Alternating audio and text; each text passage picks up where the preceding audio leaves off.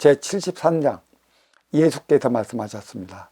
추수할 것은 많되 일꾼이 적으니 주인에게 추수할 일꾼을 보내달라고 간청하라고 하셨습니다. 무슨 말씀인가? 추수한다는 것은 그동안 행위의 결과물을 거두어 드린다는 것에 있습니다. 가을은 풍요의 들판, 풍요의 바다라 삶의 풍성함을 느끼는 계절이기도 한 것이죠.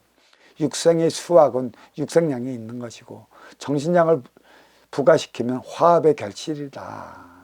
업그레이드 시대는 선천시대 육생의 결과물을 수확하고 후천시대는 인생의 씨앗을 파종해야 할 때라. 그 종의 씨앗이 무엇인지 바로 알아야 한다는 것이죠. 육생, 나를 위한 시대였다면 인생, 너를 위한 시대라. 육생달이 선천시대의 수확은 인생달이 후천시대의 정신량이 있다. 지금의 종말론은 종말이 아니죠. 무엇을 종말하냐?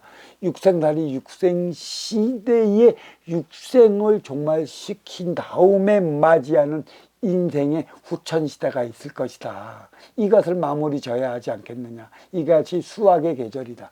진정한 수학이 뭔지를 나타내야 돼요. 아직까지 기독교에서는 종말만 뜻하지, 아직 종말, 이 지가 천으로 돌아가기까지는 이제 후천시대가 남았습니다. 그렇지만 이 후천시대의 흐름은 빨라요.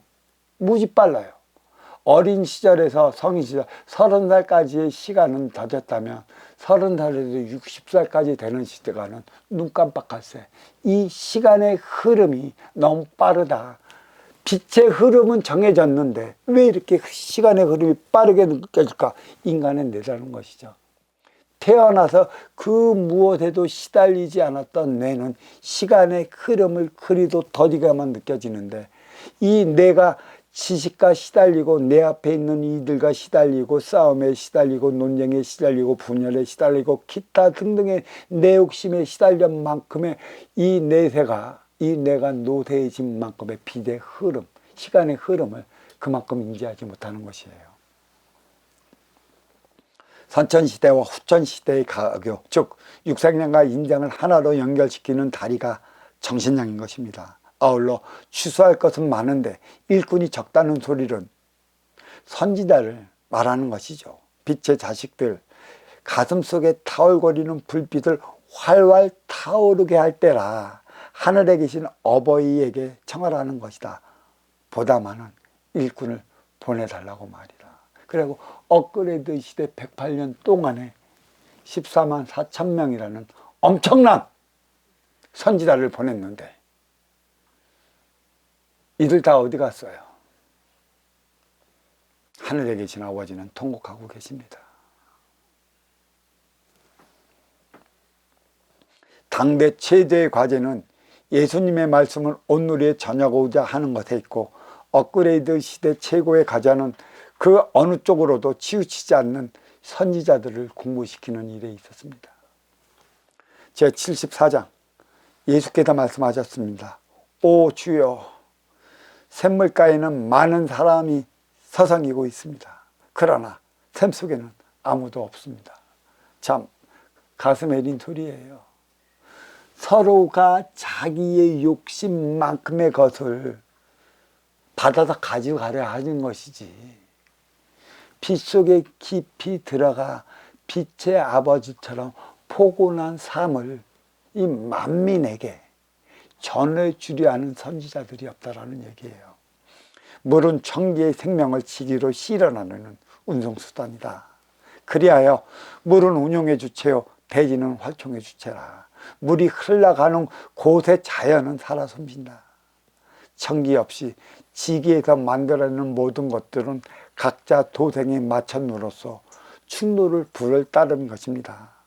그래서 얼마 가지 않는다는 것이죠. 천기는 뿌리요 지기는 몸통이라. 물이 육의 생명체를 낳게 하나니 살아있는 하나님의 말씀과도 같은 것이죠. 물은. 그런데 물만 필요로 하는 일밖에 없다는 것입니다. 나를 이들이 없다는 것이죠. 물이 없는 곳에 내 삶이 다르고 내 삶이 다른 것 마냥 나 사는데 불편한 게 없다면 상관 안 하겠다는 것입니다. 너는 배고픈 순교자, 너는 배부른 애고덩어리. 그리 나뉘어 살아간다면 어렵고 힘들고 더러운 일은 누가 하겠습니까? 물론 삶은 상류가 차원으로 나누어져 살아가는 것에 있겠지만 이는 먼저 주고 후에 받는 선순환을 위한 시스템이라 일으키지 못하면 그만한 표적을 받을 수밖에 없어요. 우리는 여기서 깊이 생각해 볼 것은 그 표적이 무엇인가? 이 표적, 일어나는 모든 일련의 상, 기쁜 일도 표적으로 주어지는 거고 슬픈 일도 표적으로 주어지는 거예요.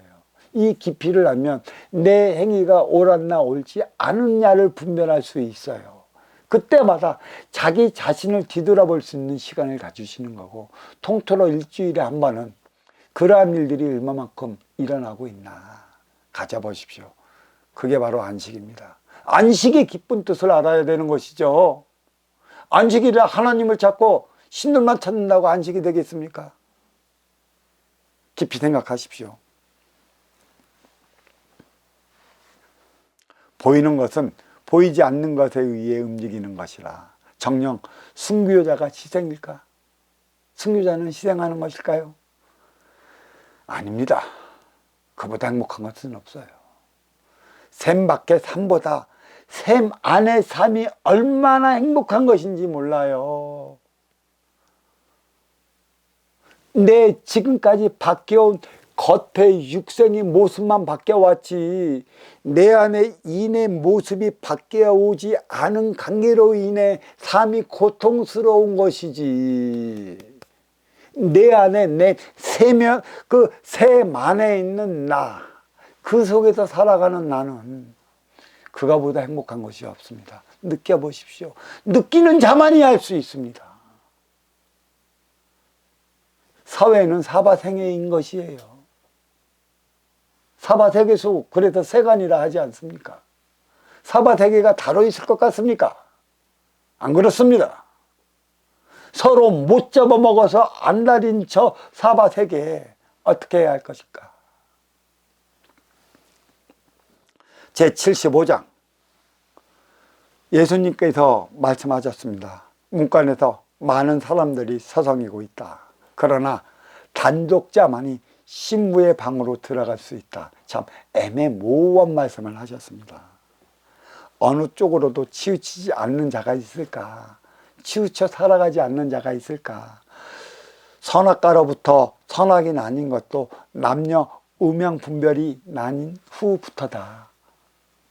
아담과 하와에 대한 얘기인 것이죠. 굳이 하나를 둘로 나뉘어 놓고 다시 하나로 만들려는 것일까? 남녀의 비율이나 사와 정의 비율이나 흐트러져서는 안 되는 것이죠. 선이 바라보는 세상이 사와 정이고 내가 바라보는 세상이 남녀 음양 관계에 있다 보니 치우친 만큼 치우친 세상에서 살아갈 수밖에 없는 것입니다. 보다 더 큰 문제는 치우쳐 있음에도 치우쳐 살아가는지 모르는 데 있다. 남녀가 혼방한다고 치우친 것일까?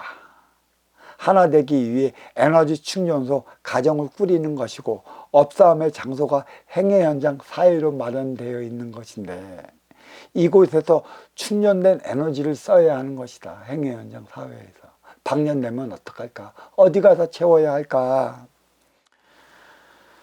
부인은 운영의 주체요, 남편은 활동의 주체라 하나 되지 못하는데 혼방이 무슨 의미가 있을까? 필요가 없어요. 하나 되지 못하면. 일 안의 육체 결합이야 이기적인 사랑을 위한 것이고 이 안에 정신 결합할 때만이 이타적인 사랑이 가능한 것이다. 치우칠수록 거룩한 가르침을 받아들이지 못할 터 내 것이라고 해서 내 것이 아니고 내 것이라고 해서 내 것이 선으로 사와 정을 분별할 수 있는 자애가만 허락이 된다는 것이죠. 사와 정 분별할 수 있겠어요? 그 비율은 치우치질 않았어요. 치우치면 큰일 나요. 사를 통해 정을 알고 정을 통해 사를 알고 어떤 단체에선 이 사가 없어져야 우리가 산다라고 얘기를 하지만 분별을 할 때만이 인간은 중심을 흐트러 놓질 않습니다. 육을 통해 이인이 존재를 하는 것이죠. 물론 이 인기의 존재를 위해 육을 빚어놓은 것도 있는 것이죠. 상호 하나 될 때만이 음양화합을 일으키는 것이에요. 남녀의 음양화합은 청과 지의 음양화합이라.